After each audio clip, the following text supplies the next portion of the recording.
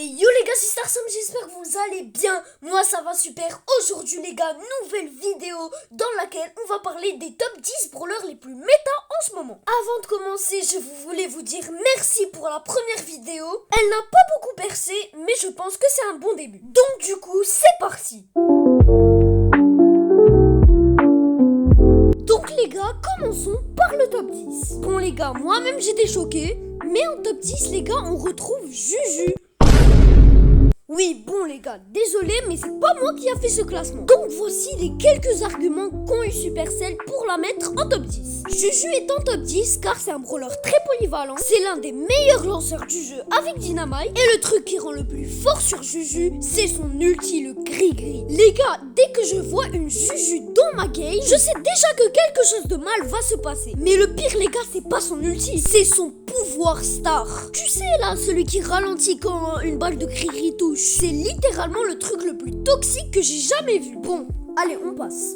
On va directement passer au top 9 qui est directement Lou. Lou en vrai mérite bien sa place dans ce classement. C'est un brawler extrêmement joué par les professionnels et qui est assez toxique en vrai. Allez, dites-le les gars. Que ça soit une map fermée ou une map ouverte, tu peux jouer ce brawler. C'est ce qui le rend extrêmement fort dans la méta en ce moment. Mais les gars, je ne sais vraiment pas pourquoi, mais ce brawler est très peu joué. Bon, je dois pas prendre la confiance aussi. Mon Lou, il est à 300 trophées. Mais les gars, un brawler aussi fort, c'est de la glace littéralement. Bon les gars, trêve de bavardage. On va directement passer au top 8 qui est n'est pas moins Grey. Les gars, je vais littéralement péter un câble. Il est passé d'un brawler lambda à l'un des brawlers les plus forts du jeu. Mais les gars, Grey après son buff, c'est littéralement une pépite. Même si ses balles sont toutes fines, il reste quand même super fort. Mais avouez les gars, sa téléportation, elle fait trop chier. Donc du coup les gars, on va passer directement au top 7 qui est n'est pas moins Melody. Les gars, on est tous d'accord. C'est l'un des brawlers les plus frais du jeu, je veux rien savoir. Mais bon, à part qu'elle soit belle, Melody est une brawleuse hyper forte, surtout en hockey brawl, en prime et en brawl ball. Certes, ses balles sont 900 dégâts, mais les notes autour d'elle en font 2000. Donc si t'es à côté d'une Melody quand t'es en cours à corps, tu sais déjà que tu vas mourir.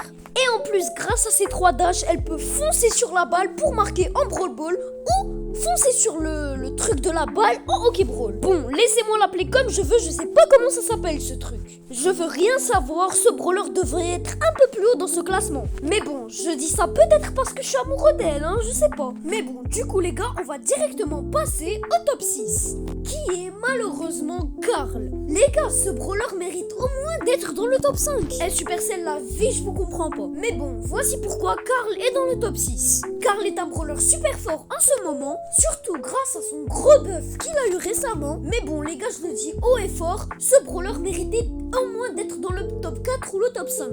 En vrai les gars, c'est vraiment dommage. Carl est devenu juste trop fort. Ses 2 gadgets font que des massacres, son ulti de même.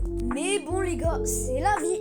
Donc voilà, pour le top 6, on va directement passer au top 5. Bon les gars, le top 5, j'allais me tirer une balle dans la tête. Bon les gars, préparez-vous, le top 5 c'est Oli. Le mec c'est littéralement un Renoir sous cagoule qui sait même pas chanter. Et dire que ce brawler de merde est plus haut que le brawler Carl. Mais bon les gars, j'y peux rien, je vais directement vous montrer les arguments de Supercell encore une fois. Oli est un brawler extrêmement skillé et le combo ulti plus gadget est très fort. Oli est un brawler très polyvalent encore une fois et c'est un brawler qui se fait counter par très peu de brawlers. C'est plutôt lui qui counter les brawlers. Mais bon les gars, même si ce brawler est assez fort, je l'avoue, il n'est pas et il ne sera jamais plus fort que Carl. Les gars, je dis ça comme Carl si c'était mon chouchou. Alors que non les gars, mon chouchou c'est Léon. Mais bon les gars, on s'en fout. Pour moi, ce brawler ne mérite juste pas sa place dans ce top. Donc on va directement passer en top 4, qui est le gros Hank.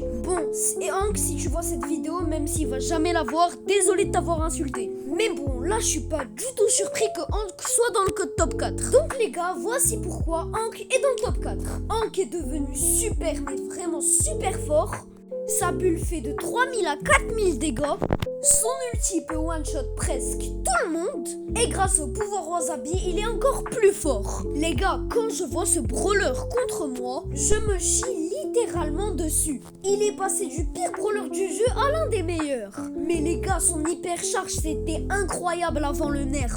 Traquer les ennemis frérot comme une boule de meeple. Ah oui, et aussi quand je prends Hank, je me dis ah là, on est bien. Bon les gars, je pense que je ne vais pas plus expliquer en détail. Ce brawler est juste trop fort. Point. On va directement passer en top 3.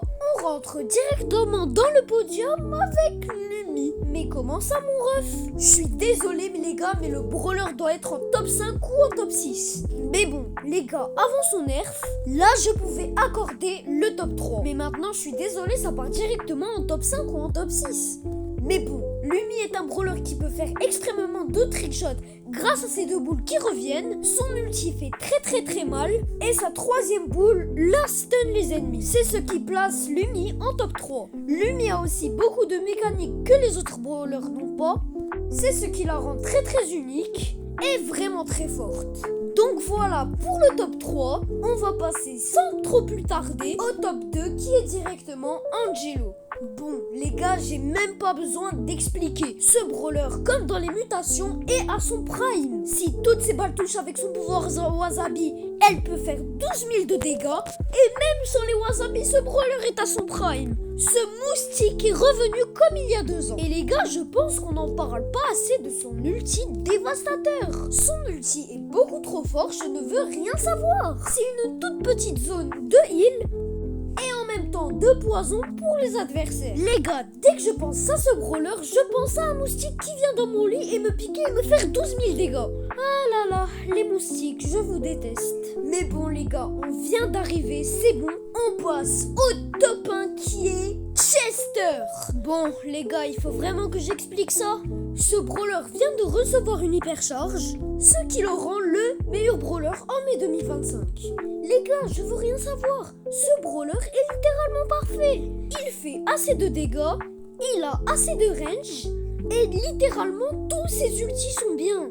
Mais qu'est-ce que vous voulez que je vous dise? Donc voilà les gars, maintenant vous savez quel est le meilleur brawler en mai 2025. C'est la fin de la vidéo, j'espère que vous a plu. Si c'était le cas, mettez un pouce bleu et abonnez-vous. Et sur ce, c'était Starsam, ciao!